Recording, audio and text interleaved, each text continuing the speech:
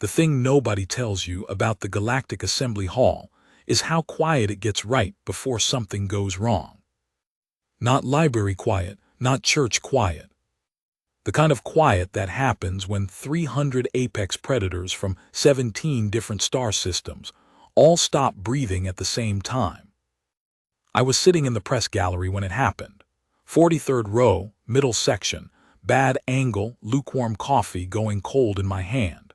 I'd been covering interstellar diplomatic proceedings for 6 years by then, and I thought I'd seen everything worth seeing.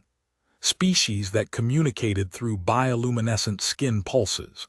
Delegates who breathed methane and wore sealed helmets the size of small vehicles.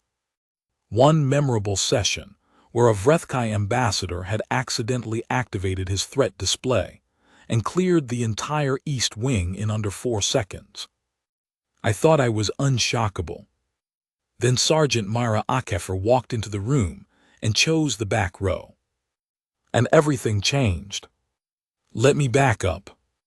The Galactic Assembly on Helix Station had been convened to address what the diplomatic corps was calling the Thornwall Incident.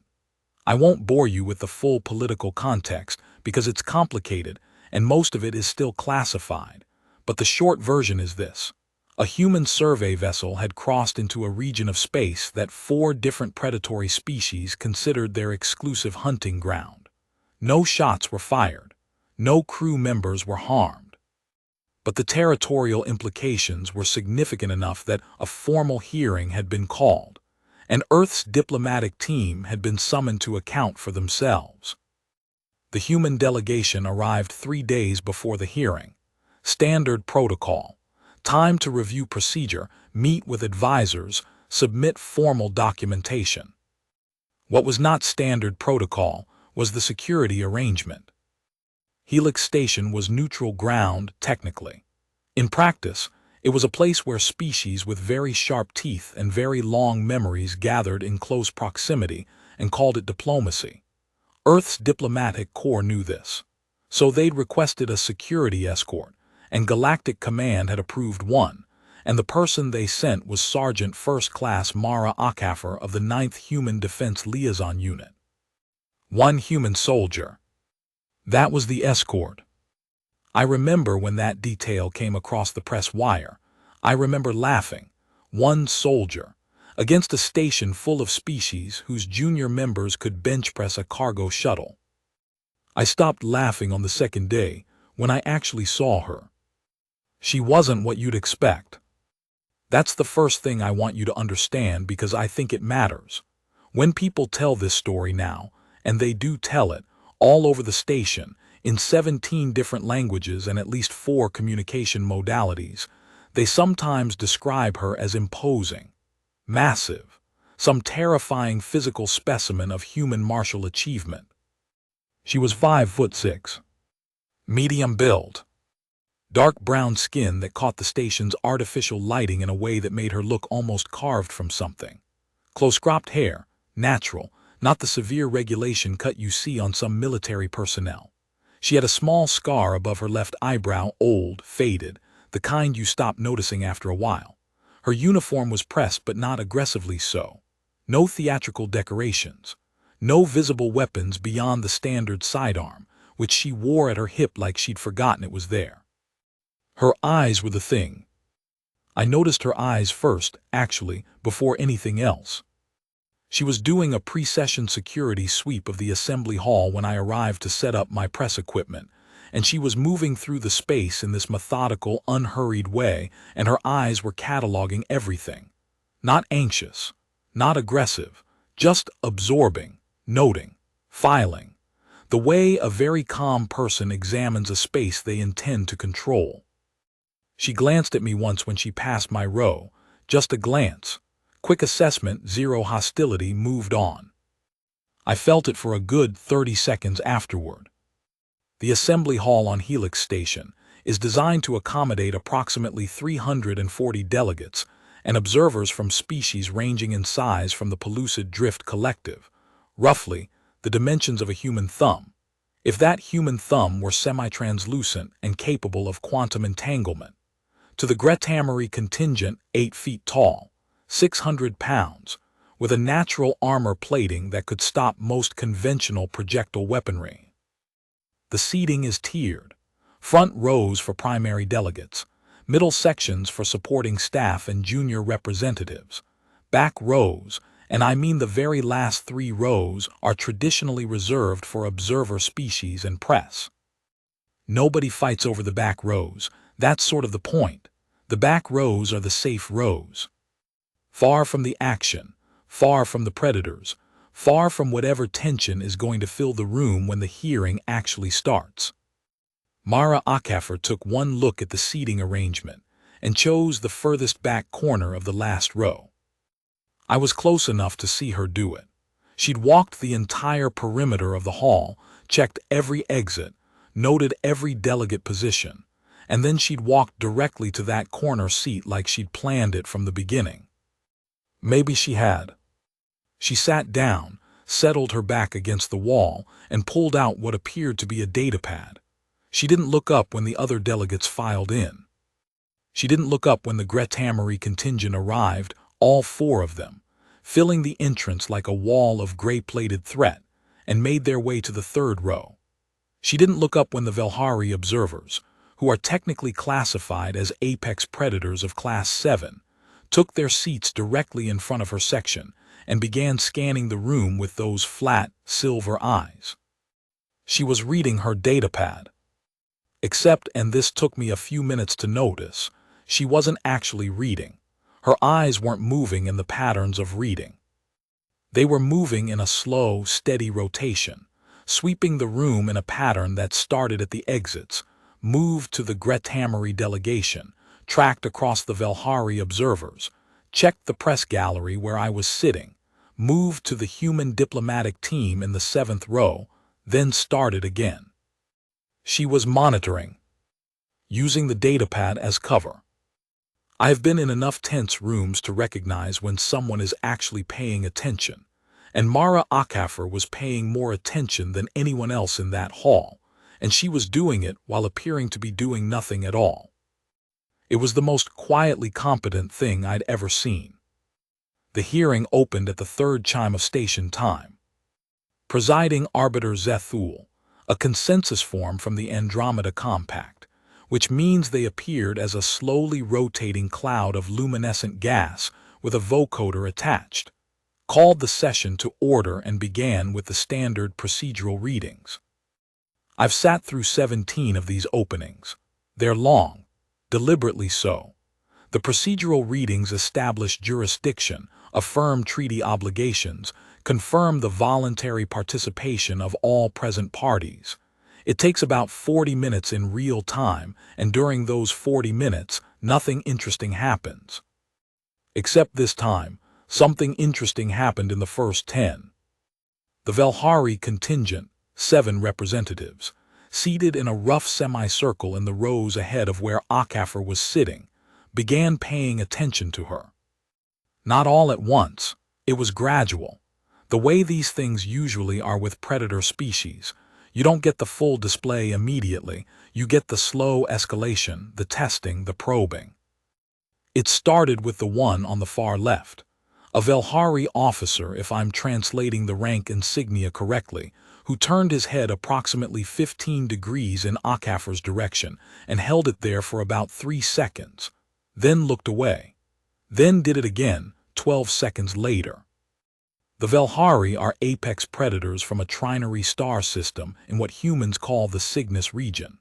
They evolved from pursuit hunters, the kind that chase prey across enormous distances, wearing it down through relentless tracking rather than single explosive strikes. They are extraordinarily patient. They are extraordinarily good at reading prey behavior. And they have a specific response, hardwired into their neurology, to the presence of something small and apparently unaware in their immediate environment. They watch it. They can't help it. It's biological. Something small that isn't running is either very sick or very confident, and in their experience, very few small things are very confident.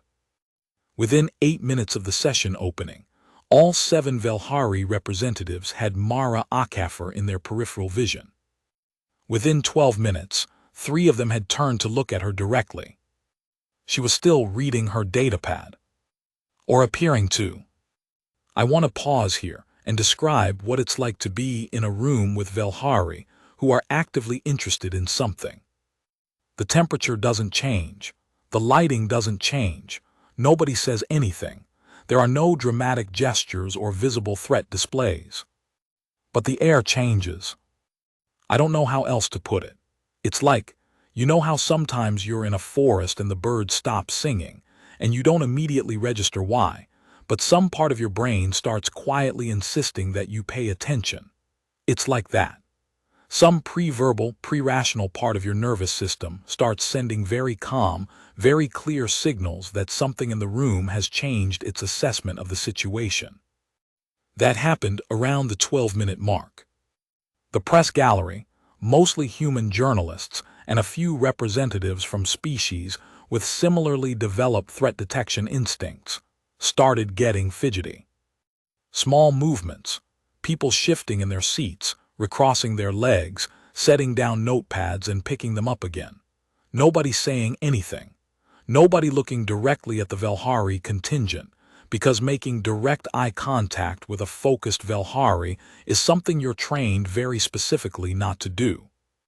I looked at HFY instead. She hadn't moved. Same posture, same position, back against the wall, shoulders relaxed, datapad in both hands. Her eyes were still doing their steady rotation.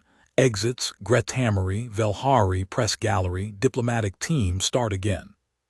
She had noticed them noticing her. Of course she had. But she wasn't reacting, and not reacting was. I understood this only later when I had time to actually think about what I'd witnessed, strategically significant. With prey species, not running is a panic response. Freezing. What predator species describe, in whatever way they describe things, as the stillness before the ending.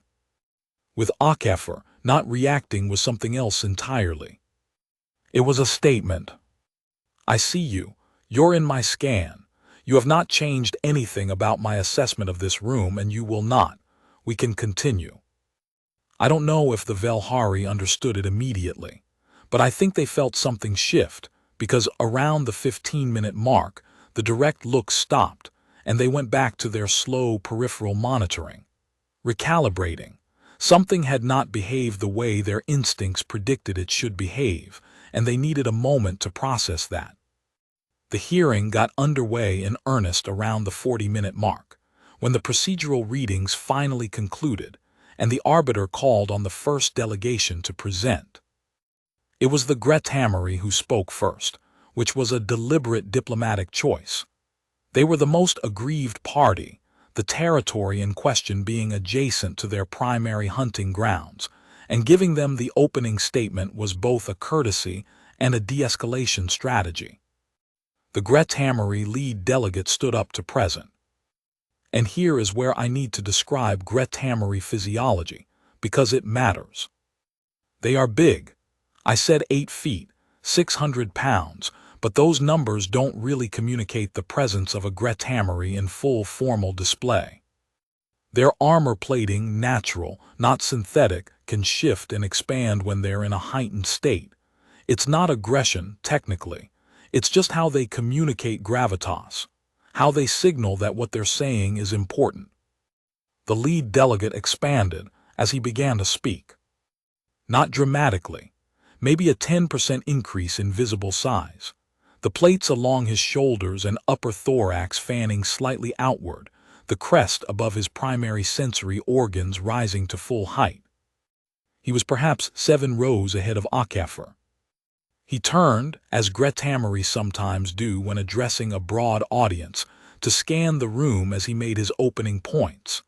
Standard oratory technique for his species, making eye contact, or the Gretamari equivalent, with as many present parties as possible. He reached HFY and stopped.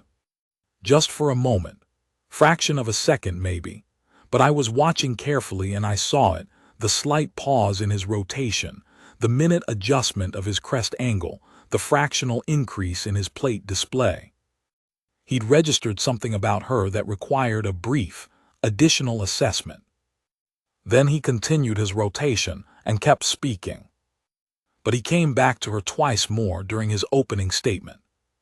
Here's what I think was happening, and I want to be clear that I'm extrapolating here, working from what I know about Gretamery behavioral psychology and what I observed in that room.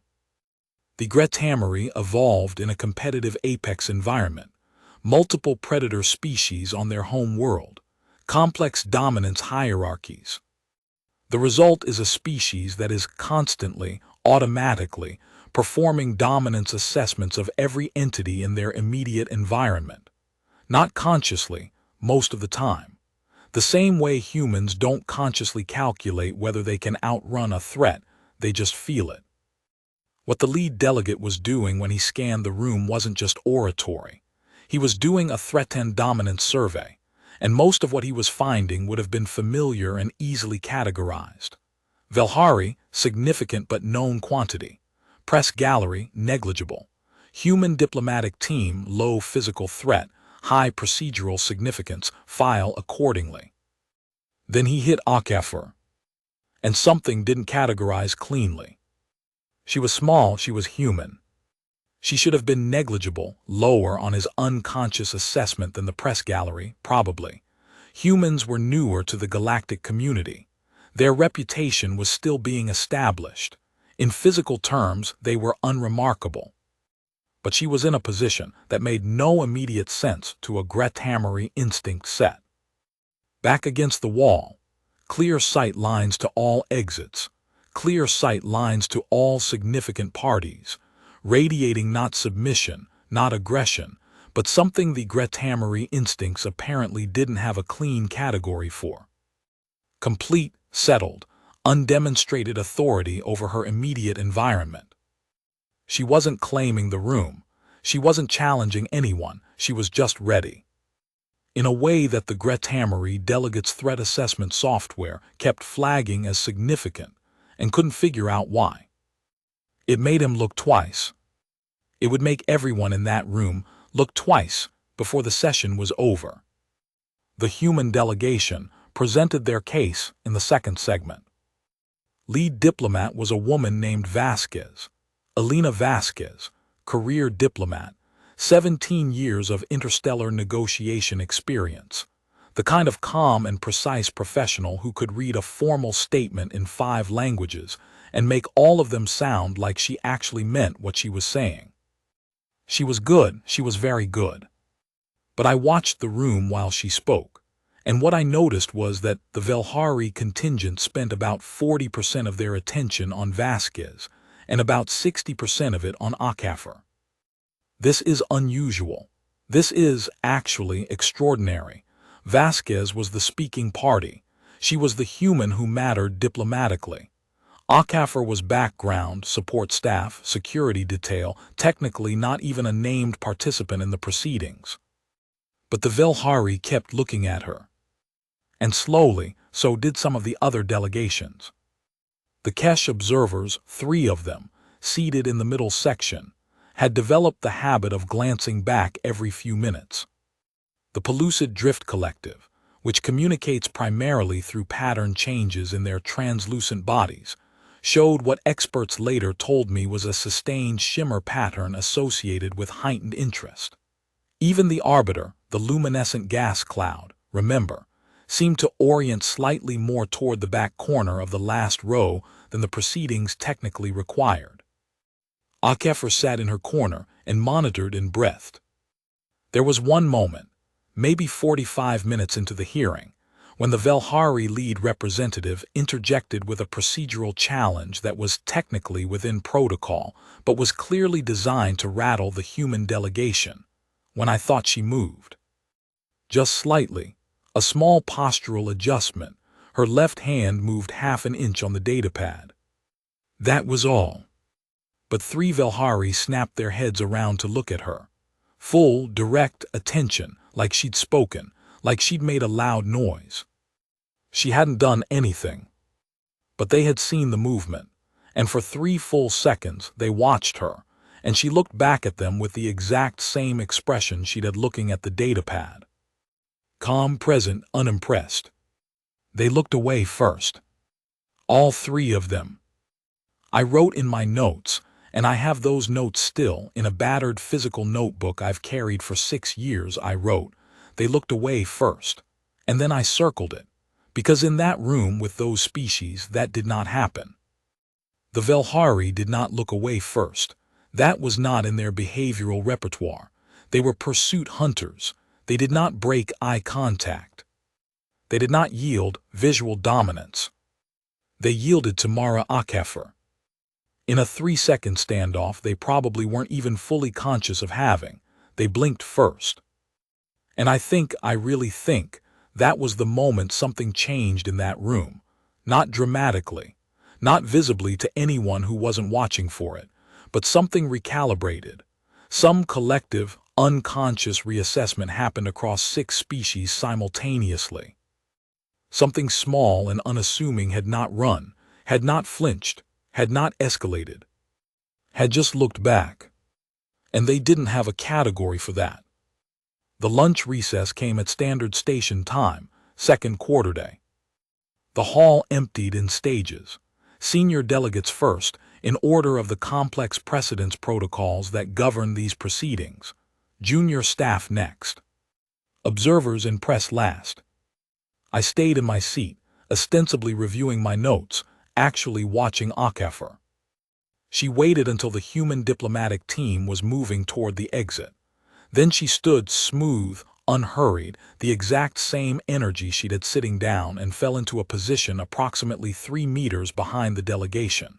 Not beside them, not in front, behind and to the left where she had sight lines both forward and back. She was moving them out. Not obviously, not with any of the visible choreography of professional security escort, no hand signals, no clear formation, no announced procedure, just a quiet repositioning of herself into a position that covered them.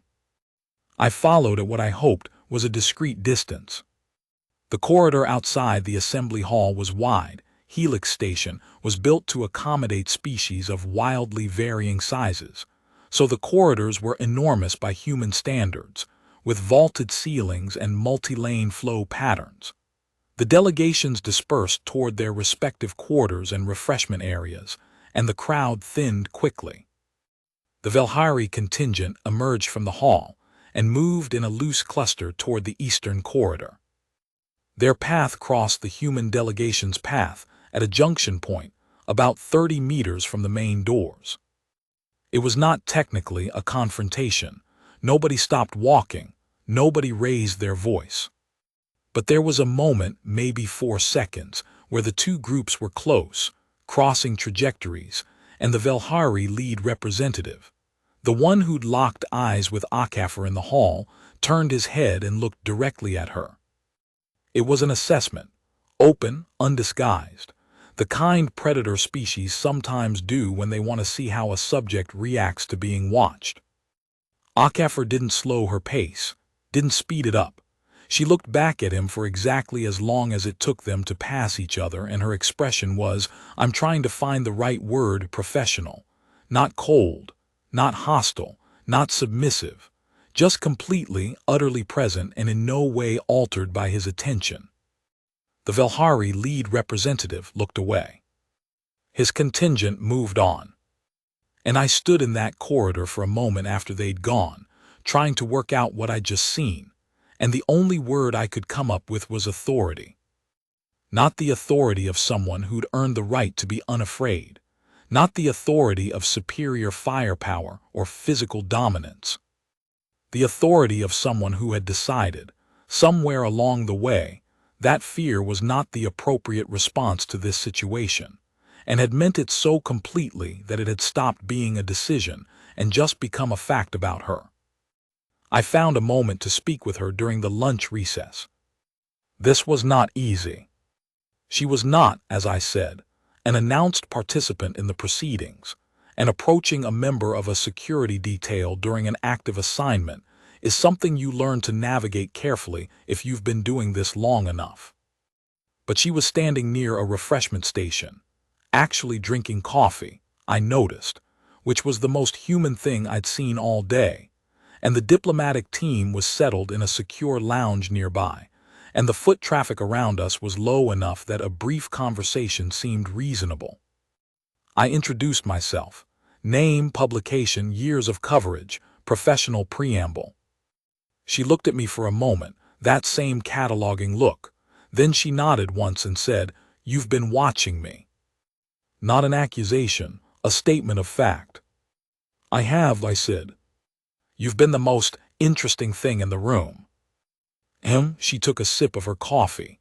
"That's not really a compliment in a room like that." "No," I agreed.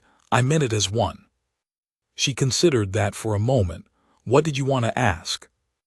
I had about 15 questions. I picked the most direct one. The Velhari looked away first. In the hall during the Vasquez segment, they looked away first. Akafar was quiet for a moment. She was looking at something over my shoulder, monitoring, still monitoring, and then she brought her attention back to me. "They were trying to figure out what I was," she said. "And what are you?" She looked at me with those calm, dark eyes. "Familiar," she said. "That's all, just familiar." Then she excused herself and went back to work. It took me about an hour of thinking about it during the afternoon recess to understand what she meant. She wasn't trying to be intimidating.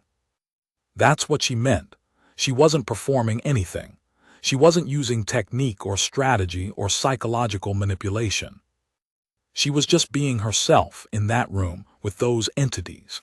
And the reason the Velhari couldn't categorize her was because she wasn't fitting into either of the categories they had available. Prey ran or froze or submitted. Rivals postured and displayed and escalated. She did none of those things. She just was. Fully, completely, without any of the behavioral noise that predator species have learned to read and respond to.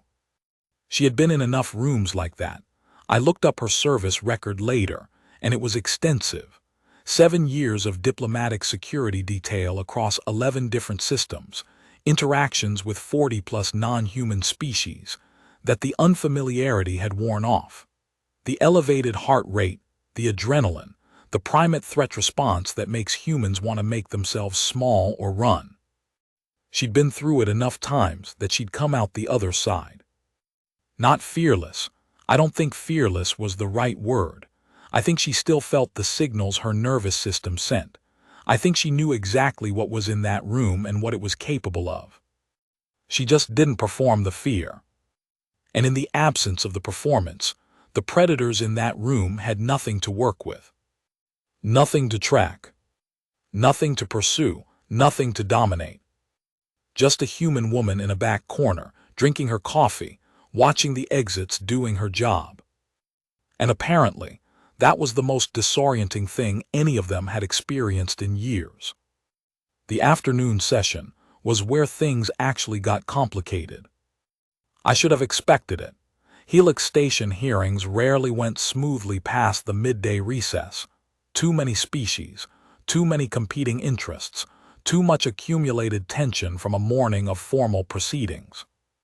It started with the Kesh contingent. The Kesh are not officially classified as predatory. They're listed in the Galactic Assembly Species Registry as competitive territorial, which is diplomatic language for they will eat you if they feel strongly enough about it, but they prefer not to, because it's a lot of paperwork. They are bipedal, approximately human-sized, with elongated limbs and a sensory apparatus that functions across spectra that human senses can't register. They also have a very low tolerance for what they interpret as disrespect. The afternoon session had been underway for maybe 20 minutes when the Kesh lead representative, a senior official named Tekavar, which I knew from the delegate list, stood up and interrupted the proceedings. In itself, this was unusual but within protocol. What made it significant was what he said. He addressed the arbiter directly, in formal galactic standard, and registered a formal objection. He stated that the presence of a member of the human military in an observer capacity, while technically within procedural rules, constituted a provocative act, an implicit statement that the human delegation considered the station environment to be hostile, which was, in his view, a violation of the neutral ground principle. He was talking about HFY. The room went quiet. The kind of quiet I mentioned at the beginning. The arbiter acknowledged the objection and asked the human delegation to respond. Vasquez stood, calm as ever. She began a formal response, procedural language about security escort rights, treaty provisions, standard diplomatic protection clauses. I wasn't looking at Vasquez. I was looking at HFY. Because HFY was looking at HFY. And the look on her face was, again, I keep coming back to this word, and I'll keep using it because it's the only one that fits, professional. She had heard her own name, essentially, spoken in a formal challenge in front of 300 observers. She had heard herself described as a provocative presence. She had been made, involuntarily, the subject of an incident. And she was watching HFY with the same patient, cataloging attention she gave everything else. No anger, no embarrassment, no anxiety. She was watching him the way I imagine someone watches a weather system, noting it, assessing it, deciding how to proceed. Vasquez finished her response. The arbiter conferred briefly with its procedural advisory cloud. Then HFY did something unexpected. He turned and looked directly at HFY. Not a glancing look, not a peripheral scan. He turned his body 180 degrees from the presiding table and looked at her directly. The Kesh equivalent of a challenge posture, not escalated, not full display, but definitely an invitation for a response. Every head in that room turned to follow his gaze. 300 entities looked at Mara HFY simultaneously. She stood up. Not quickly, not dramatically. She set the datapad on her seat, careful, deliberate, and she stood up. And she met HFY's eyes across the length of that room. Nobody spoke. The arbiter, to its credit, didn't intervene. It recognized, I think, what it was looking at. A moment that wasn't about procedure. Something older than procedure. Something that predated interstellar diplomacy by several 100 million years of evolution on a dozen different worlds. Two entities looking at each other, one asking a question, one answering it. The question, as best I could understand it, was, what are you? Not belligerent, genuine. HFY was a being from a competitive territorial species who had looked at this small, quiet human all morning, and could not make her fit into his understanding of things, and he was asking directly now, openly, because the indirect routes hadn't worked, and he apparently decided that directness was the only option left. What are you? What are you doing here? Why aren't you doing any of the things you're supposed to be doing? And HFY answered him without saying a word. She stood at her full height, 5'6", which in that room was not a lot of height, and she did not expand or display or posture.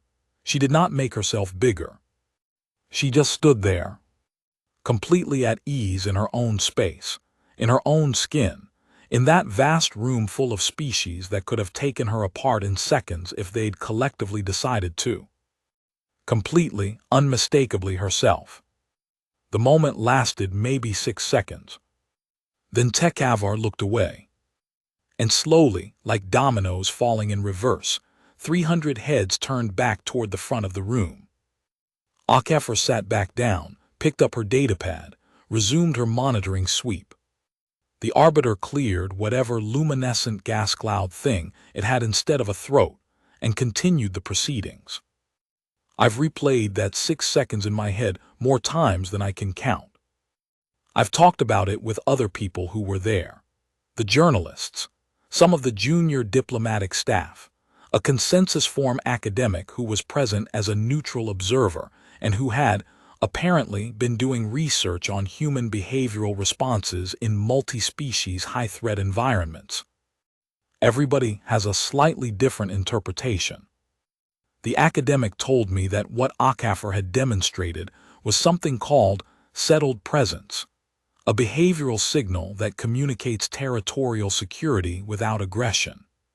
She said it was extremely rare in species interactions because it required a complete absence of the defensive triggers that usually fire in high-threat environments, and that most entities, regardless of species, simply could not maintain it under the kind of observation pressure Achafer had been under all day. One of the junior diplomatic staff, a young woman who'd been part of the human delegation and was sitting about 2 rows ahead of Achafer during the morning session, told me she'd felt safer than she'd ever felt at an interstellar proceeding. She said it was like having a wall behind you that you knew wasn't going to move. A Velhari cultural correspondent, I spoke to him later, off the record, told me that in Velhari behavioral taxonomy, what Achafer had done all day was essentially classified as something that roughly translated to claimed ground. That she had marked the space she occupied as definitively hers, through nothing but sustained, undemonstrated intention, and that for a pursuit-hunting species like the Velhari, encountering that in something that wasn't supposed to be capable of it was genuinely disorienting. I'm a journalist. I deal in facts and observations and quotable statements. What I know is what I saw. I saw 300 entities across 17 species spend an entire session more interested in a human woman in the back row than in the formal diplomatic proceedings they'd traveled across star systems to attend. I saw predators look away first. I saw Akesh Sr. official issue a direct visual challenge to something he couldn't categorize and receive an answer that apparently satisfied him, because he never mentioned Achafer in the proceedings again. I saw a small, quiet human soldier claim the most difficult seat in the room and hold it for 8 hours without raising her voice once.